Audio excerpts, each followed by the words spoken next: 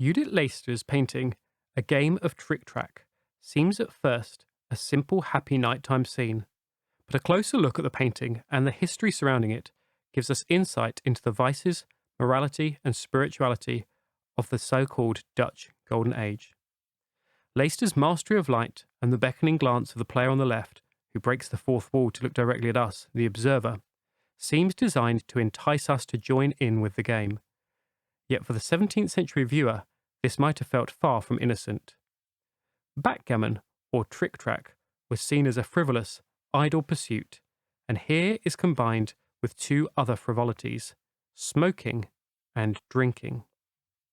More significantly, though, the oil lamp seems to be between the female and male character as if it would be between two competitors, but the fact that the woman is holding the wine suggests instead that she's more likely to be there as potential paid accompaniment.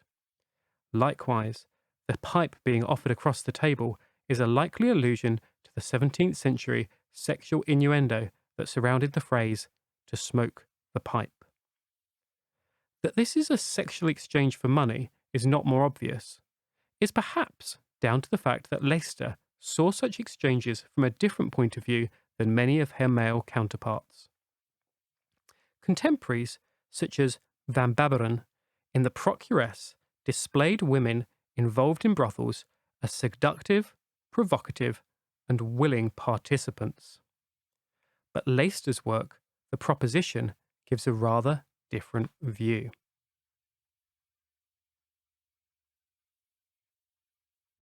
Instead of women being portrayed in the sexual marketplace as those of high libido and overt sexuality, she places them as women of harsh reality and limited choices.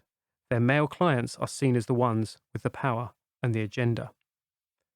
Returning then to A Game of Tric-Trac, it is clear that even though the female partygoer is at the table, she is not really in the game. This was sadly a wider reality than this type of scene alone. Leyster herself is a case in point.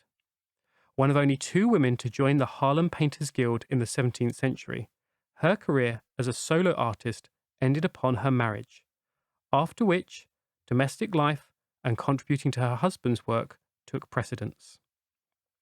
When she died in 1660, much of her art disappeared from the historical record. Many of her paintings were instead credited to Frans Hals or to her husband Molenaar, the former of whom became seen as her teacher, rather than he actually was, in the 17th century, her painting equal and sometimes rival. Just as tragically, when her paintings were correctly credited to her in the 1900s, a variety of museums then removed them from display and placed them instead in storage. In retrospect, we can see that the sidelining of Judith Leyster is a clear injustice. The message of A Game of Tric-Trac may well then be that we as the viewer are not just the passive observers, but are invited into situations of moral decision-making, and we should observe closely to really understand the dilemma at hand. Are the true vices the smoking, the drinking? Are they the simple playing of a game? Or is there something far more sinister going on?